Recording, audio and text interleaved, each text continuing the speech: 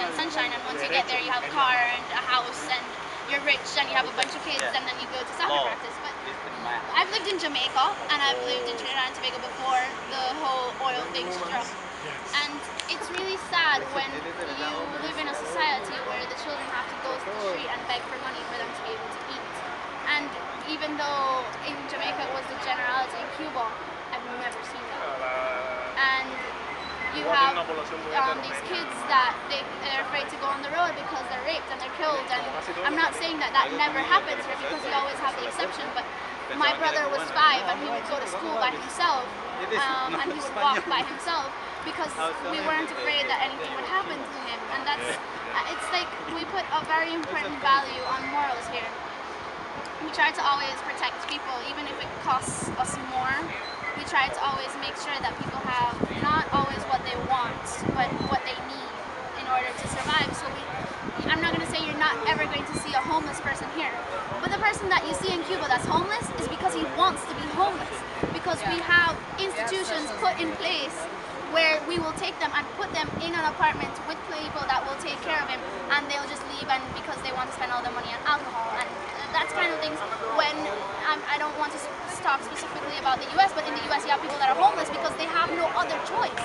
And not, there are people that are crazy and want to be homeless, but I don't think most of the people want to be like that. And I do think, however, that Cuba has to be a little bit more lax on facilitating people's leave. Because the main issue of why we used to say that people couldn't leave was because when the revolution struck, that we gave them freedom to do whatever they wanted, people would end up in these terrible situations, and they would say that Cuba didn't take care of their citizens on the outside. So we put in these measures that right now I think are obsolete, to make sure that people, when they did leave, they had everything necessary for them to be able to not recriminate Cuba for their actions.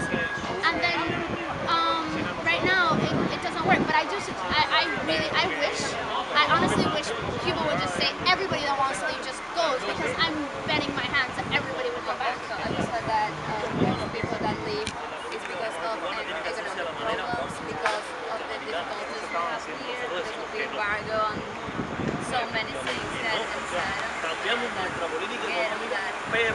also we say that it's not political things, it's not economic to live better somewhere else. That's the reason people in third world countries leave. And everybody thinks that we're going to go and become impresarios, and it doesn't work like that. No, it's just to get some things that here probably we cannot. Yeah, it's very difficult here. Here you're never going to be rich.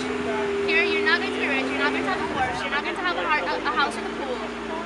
But it's like people want that thing. Okay, you want that stuff, you can work hard for it and go, but I think the difference here is you have to look at what society needs, and then you have to look at what